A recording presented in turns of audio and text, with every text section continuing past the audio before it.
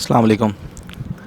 ये अपडेट है उन रोज़ेस की जिनको हम ग्रो कर रहे हैं खाद के अंदर। और इनको लास्ट टाइम की जो वीडियो थी उसमें मैंने बताया था कि इसको अभी कुछ भी नहीं करना है, फ़िलहाल इसको एज़ इट इज़ छोड़ देना है। लेकिन अब जो है नवंबर का एंड आ चुका है और हम इनको एक्टिवेट करेंगे। इसमें मौसम की तब्दीली की वजह से ग्रोथ खुद ब खुद स्टार्ट हो गई है। हमने इसको तकरीबन महीने से ऊपर हो गया है, हमने इसको कोई फर्टिलाइज़र नहीं दिया है, लेकिन ग्रोथ फिर भी इसमें आ रही है। उसकी वजह यह है कि जो उजड़ी खाद है वो एक ऑर्गेनिक मैटर है और वो डिकम्पोज होता रहता है, तो उसकी वजह से जैसे ही मौसम फेवरेबल हुआ इसके लिए इसने ग्रोथ स्टार्ट कर दी। लेकिन इतनी फ़ास्ट ग्रोथ इसने दी है इसका मुझे अंदाज़ा नहीं था, क्योंकि पिछले साल में जब मैंने इसको यही प्रोसेस किया था तो इसने इतनी ज़्यादा ग्रोथ नहीं दी थी। बहरहाल तो अब ये है कि अब हमारे पास 10 दिन है। 10 दिन के बाद हम इसकी प्रूनिंग करेंगे। उससे पहले ऑलरेडी ये एक्टिवेटेड हुआ है, यानी नीचे वाइट रूट्स फॉर्म हो चुकी होंगी, तभी ऊपर ग्रोथ आ रही है। लेकिन हम इसको कुछ इस किस्म की खाद देंगे ताकि इसके अंदर एनर्जी जो है वो ज़्यादा हो, क्योंकि हम इसके सारे पत्ते हटा देंगे, बारीक शाखें सारी हटा देंगे। और इसकी वजह से इसके अंदर अपनी इतनी स्टोर्ड एनर्जी होनी चाहिए कि ये फौरी तौर पे स्प्राउटिंग कर सके। इसके लिए हम यूज़ करेंगे 2 ग्राम पोटेशियम सल्फ़ेट SOP पर लीटर के हिसाब से, और एक पौधे को हम 1 लीटर देंगे। 10 दिनों में ये 2 मरतबा देना है।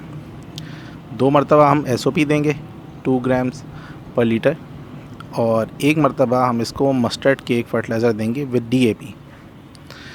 अच्छा, पोटेशियम जो हम यूज़ कर रहे हैं sulphate of potassium sulphate SOP, इसका पर्पज़ ये है कि पोटेशियम का रोल ये है कि ये प्लांट के अंदर शुगर्स की जो ट्रांसपोर्टेशन है उसको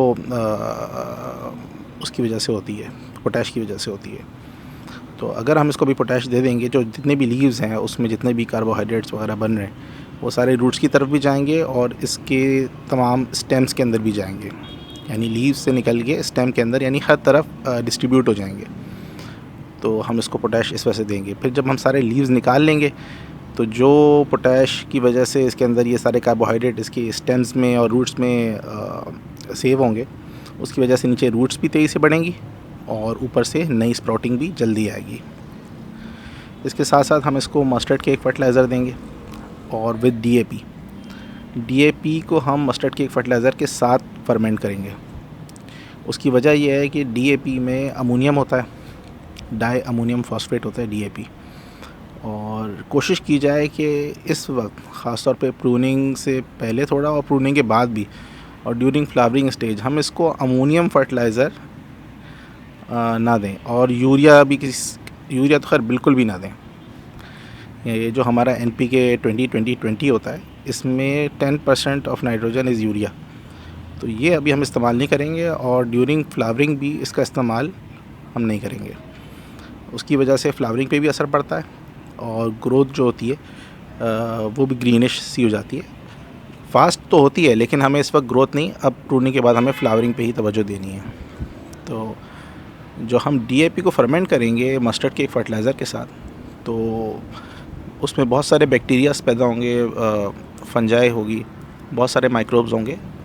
तो उम्मीद ये है कि वो माइक्रोब्स जो है उसकी जो अमोनिया है, अमोनियम सॉल्ट जो है DAP के अंदर, अमोनियम आयन जो है उसको नाइट्रेट में कन्वर्ट कर देंगे, या मेजॉरिटी को नाइट्रेट में कन्वर्ट हो जाएगा, कम अमोनिया रहेगा।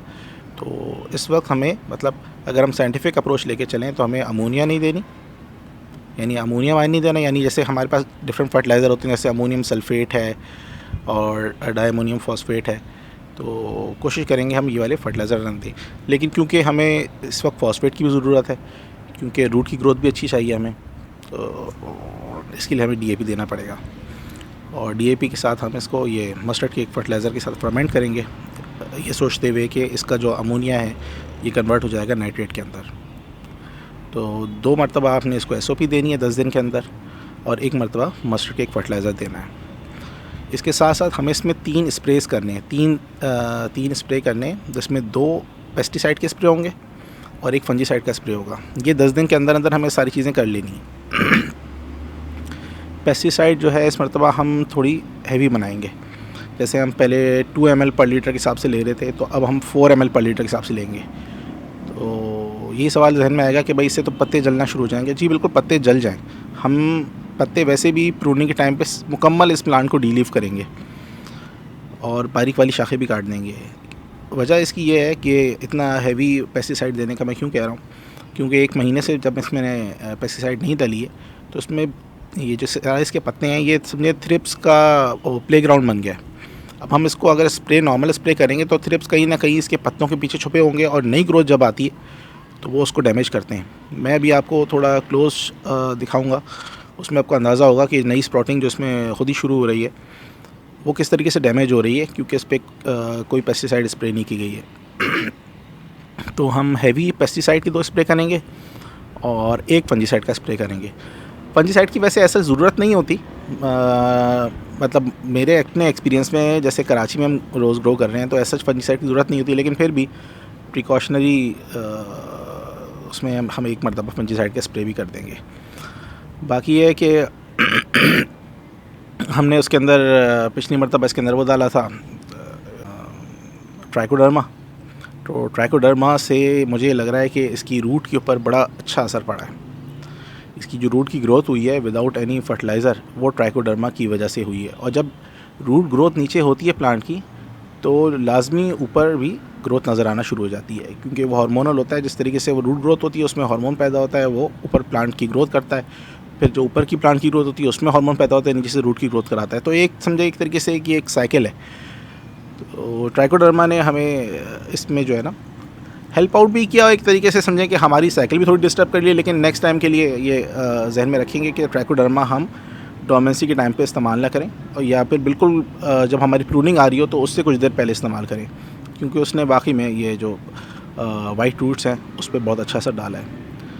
तो ये ट्राइकोडर्मा जो है ये आप दूसरे प्लांट्स में भी इस्तेमाल कर सकते हैं रूट की अच्छी ग्रोथ के लिए। मैं अभी आपको उसका इंशाल्लाह क्लोज़अप दिखाता हूँ और दिखाता हूँ कि स्प्रॉटिंग भी हो रही है और वो थ्रिप्स से किस तरीके से डैमेज हो रही है। ये देखिए लेजस फील्ड है, ये माशाल्लाह बहुत बड़ा हो गया और फ्लावरिंग भी इस पर हल्की फुल्की आ रही है, क्योंकि मैंने इसका कोई भी फ्लावर कोई कली प्लक नहीं की। ये नज़र आ रहा है आपको, इसमें ये स्प्राउटिंग हो चुकी है ऑलरेडी। और अभी मैं आपको दिखाता हूँ कि इसके अंदर किस तरीके से थ्रिप्स का डैमेज आया। ये देखिए कितना डैमेज आया, नहीं स्प्राउट पे डैमेज।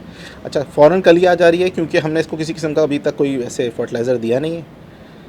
तो इंशाल्लाह इसको प्रून करेंगे, बारीक शाखें सारी इसकी कटेंगी, इसकी हाइट भी काफ़ी कम करेंगे ताकि इसकी स्ट्रॉन्ग ये शाखें रहें। प्लस इसके साथ हम ये कुछ बैम्बू स्टिक्स लगाएंगे, क्योंकि ये बड़ा होने की वजह से जब हवा चलती है तो ये बहुत ज़्यादा हिलता है और उसकी वजह से इसकी कलियाँ वगैरह गिरने का ख़दशा। इसमें ऑलरेडी बैम्बू स्टिक लगा चुके हैं। मूनस्टोन में भी ग्रोथ आपको नज़र आ रही है, कुछ भी किए बगैर ग्रोथ आ रही है। लेकिन मैं फोकस करता हूँ, ये देखिए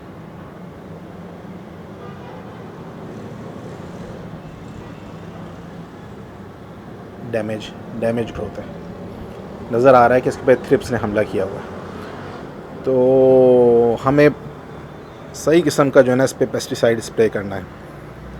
बाकी ये मेदास टच, ये भी माशाल्लाह अच्छा खासा ग्रो हो गया और इसमें भी स्प्राउटिंग आ रही है और इसमें भी थ्रिप्स का डैमेज नज़र आ रहा है।